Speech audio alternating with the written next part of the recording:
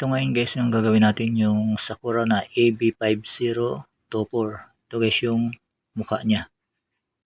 Baklas.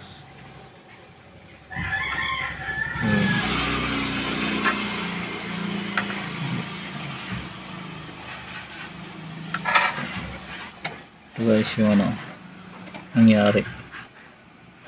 Yan.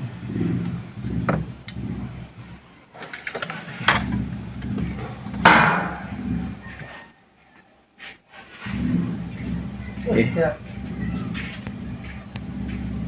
Ito guys yung tinanggalan natin yung 2 watts na 47 ohms na nasunog. Ito guys oh. Yan. Pati yung mga yan. Guys, nangyari mga potentiometer. Ito yung master volume niya. Saan ba yung master volume? Ito pala. Ito, yung 8 pins. Yan, tinanggal na natin. Dito.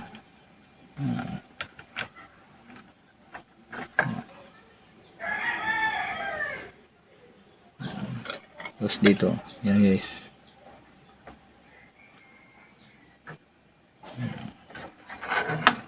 Yan natin. Bigtarin natin. Para kita na. Yun.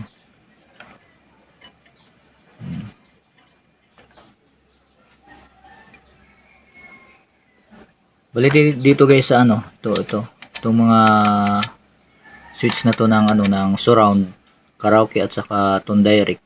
Yan, yung tatlo na yan. Wala na yung dalawang yung isang knob. Dalawa na lang yung nakita ko dito sa loob. Yan. Yan, bali ito na yung ano natin. Natanggal ito guys oh. Kasama yung mga ano niya. Tapos ito. Dito sa master volume. Bali-balik na lang natin yan. Hindi dikit na lang natin doon. Pagkatapos natin mapalitan tong potentiometer.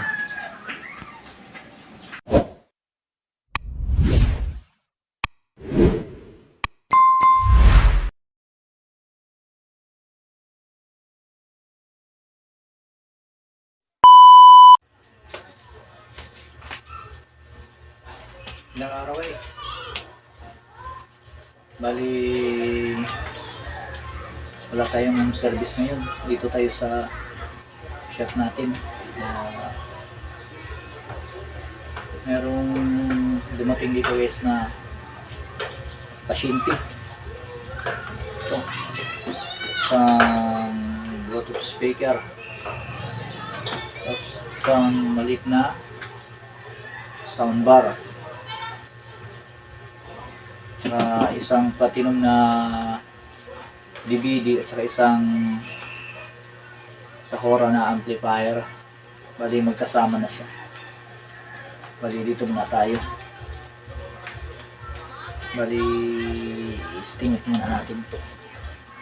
Okay.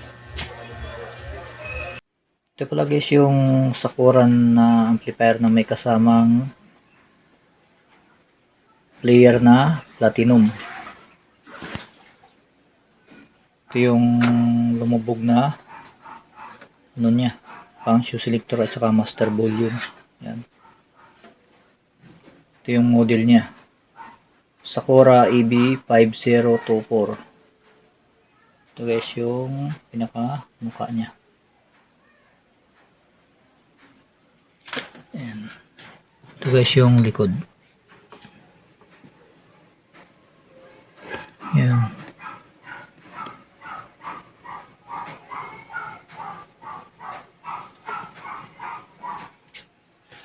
Bali, buksan na lang natin siya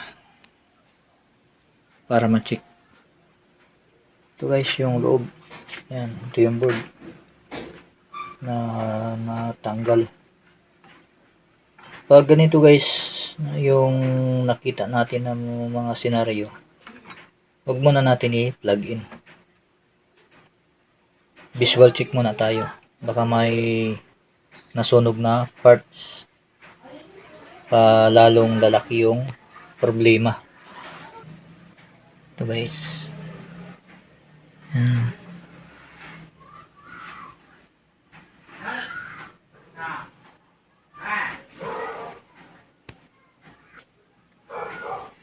Ito guys yung dalawang PPF nya. Yan. Ito guys, kung mapansin nyo, kung malinaw pa guys yung mata nyo, hindi naman nag-cut off. Yan. Buo pa rin siya. Ibig sabihin, hindi masyadong malala yung problema. Maring walang problema dito sa mga, dito guys, sa power amp transistor. Ito guys yung dalawang PPF. Itong isa dito, ito yung sa B+ positive natin. Ito naman yung isa, ito yung sa B+ negative natin. So far wala naman tayong nakita dito na sunog na piyesa sa may power amp board natin. Pupunta tayo dito sa tone control board. Ito guys.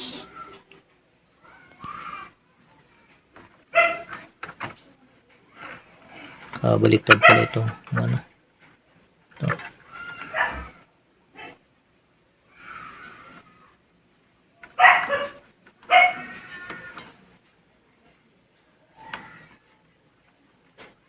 Ito guys, may napansin ako dito guys. Ito. Yan guys oh. Merong resistor na yan nasunog. Hindi na makikita yung value nya, yung kulay nya, yung coding, dahil nasunog na yung kulay nya. Ito guys oh. Yan.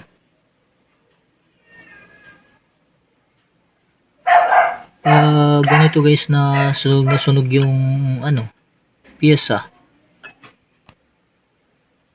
Di natin malaman kung ano talaga yung exact value nya. Bali mag hula-hula system tayo dito. Kaya pasalamat tayo guys sa mga manufacturer dahil ito guys, ito naka-indicate na dito sa PCB yung exact value nya. Ito guys oh. 47 ohms 2 watts. Kaya pasalamat tayo guys sa manufacturer na naka-indicate na dito sa board yung exact value. Kasi kung wala naka-indicate dito na exact value, ay maghula-hula tayo dun.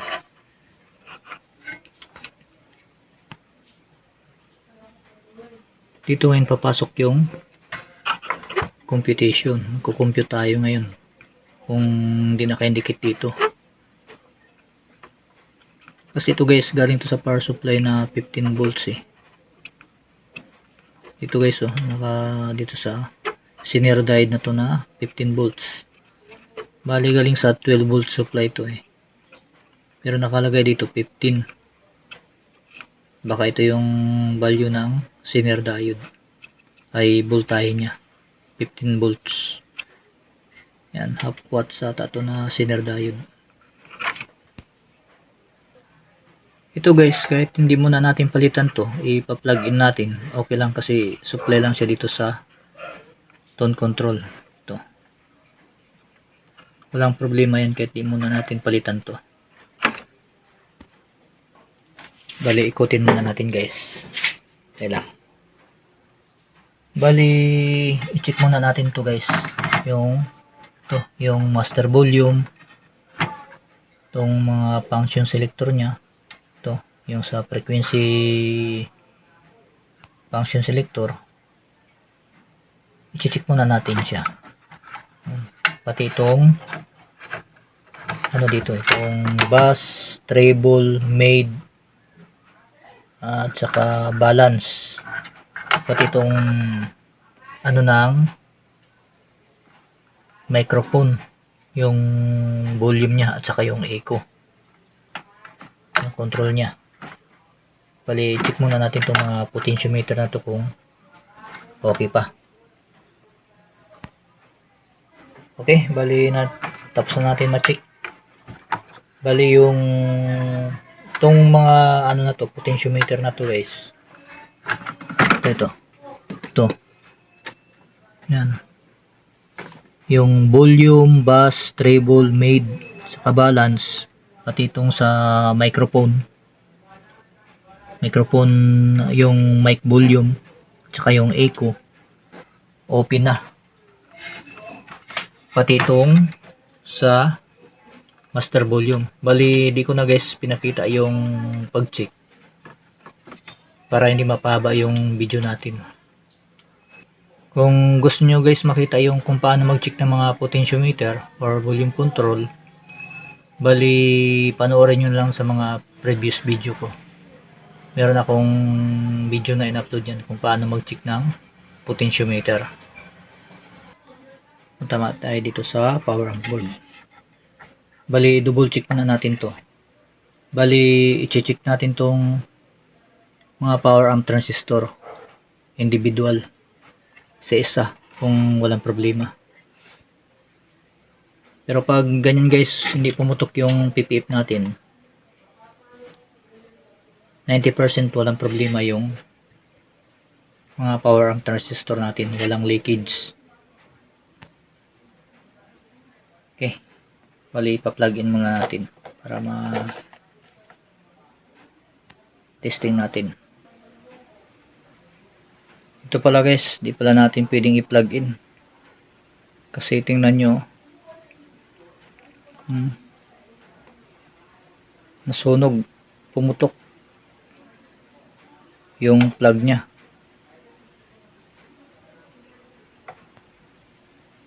Yan guys, pag ganito guys, check muna natin kung short yung linya. Kasi ito guys, pag short ito, mag-open yung ito guys, yung fuse nya pag short. Pero pag hindi nag-open yan, magkakaroon ng reading to, mayroong resistance, ibig sabihin okay siya. Ito lang yung ano, pag ganito guys, oh, ito siguro yan, lumuluwag na ito. Pag nakita nyo guys na yung plug natin na lumuluwag, pag hiningan natin gumagalaw-galaw na, ay palitan na natin. Huwag na nating antayin pa na puputok siya, kasi pag ganyan guys, nagiinit siya, nagkukulang yung amperahe nya.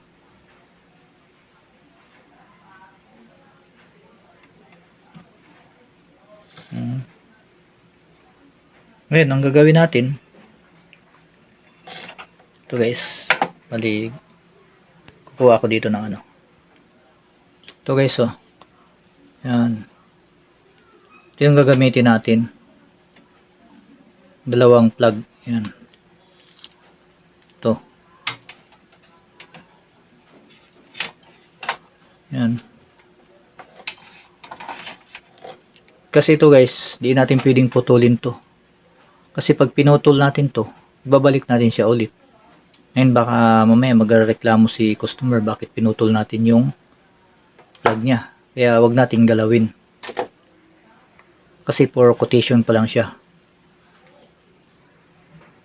i-estimate pa lang natin siya. Pati dito guys sa board, wag natin galawin, wag tayo maggalaw ng ano, kasi merong mga customer na masilan. Ngayon ang gagawin natin guys, nakita nyo to, ito tatlong outlet, dyan natin guys i-plug ito, plug in natin dito siya, ito, yan, tapos itong kabila, ito yung ipa-plug natin sa outlet. Okay, o nga pala guys, Kung bago ka lang napadpad sa aking channel, huwag mong kalimutan mag-subscribe. Tulong mo na rin sa channel ko. Bali ito pala guys yung itong plug nitong amplifier. Lalagyan natin ng tape, babalutan natin for safety. Kasi hindi natin gagamitin to. Itong gagamitin natin. Yung kinabit natin dito sa yan.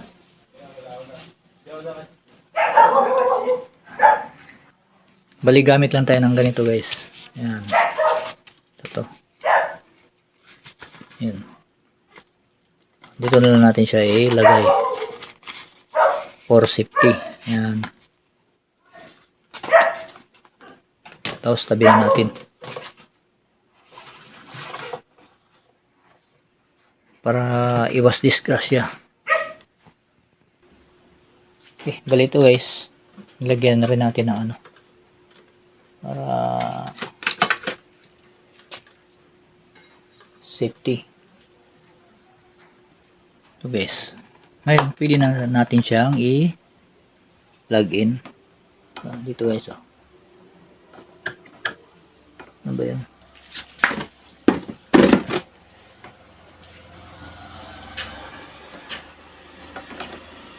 Ayan.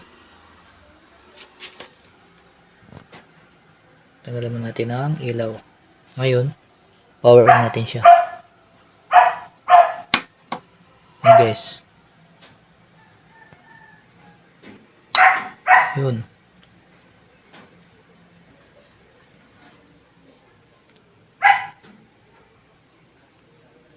Ayan guys. Ayan. Ayan. Ito guys yung relay nya. Bali meron pa siyang relay para sa frequency input. Patayin muna natin guys. Ayan.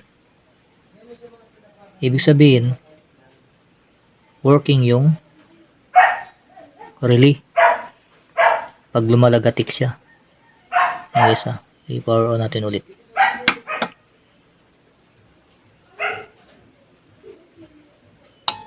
Yun. Lumalagatik yung relay. Ibig sabihin working siya. 100% walang problema itong mga power amp natin. Pero dito guys, meron ako napapansin. Yan. Yung pan natin hindi umaandar. Yan o. Nakahinto. Ito guys pa. Yan. Bali dalawang yung pan niya. Exhaust pan. Tapos ito yung pabuga.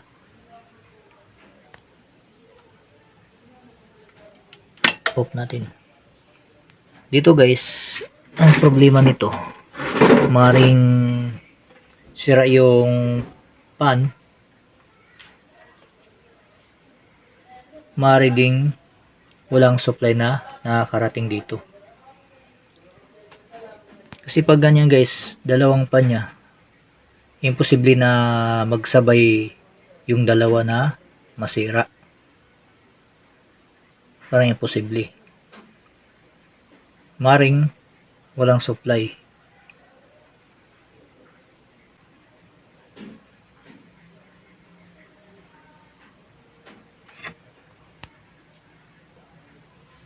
Ito guys, may papakita ko sa inyo kung paano natin paganahin yung pan na yan.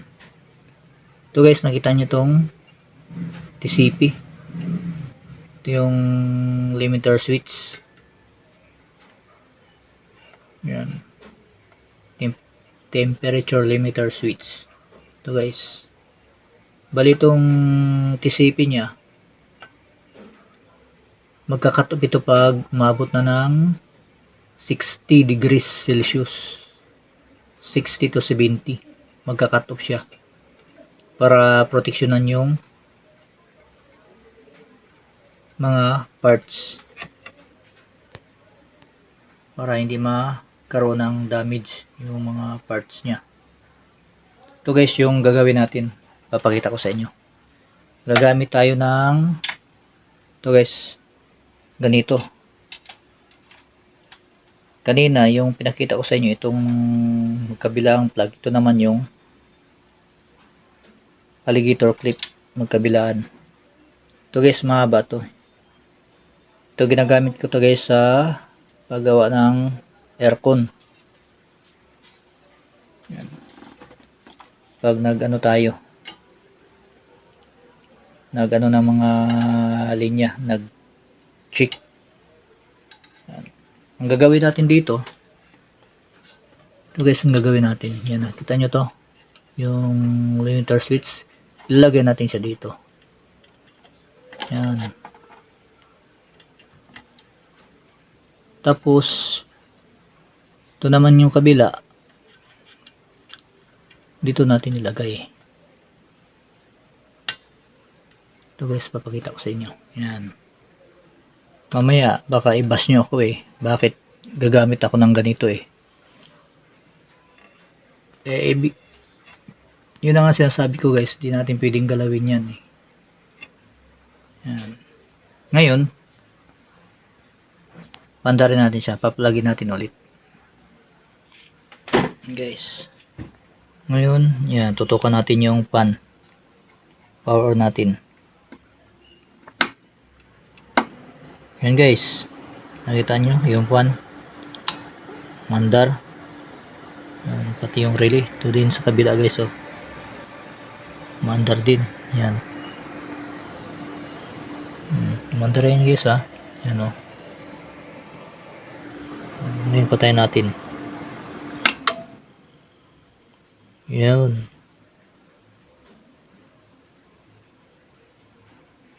yan, patay ulit. Itong relay. Yun.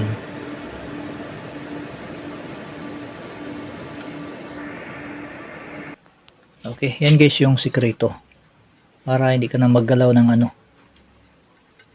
para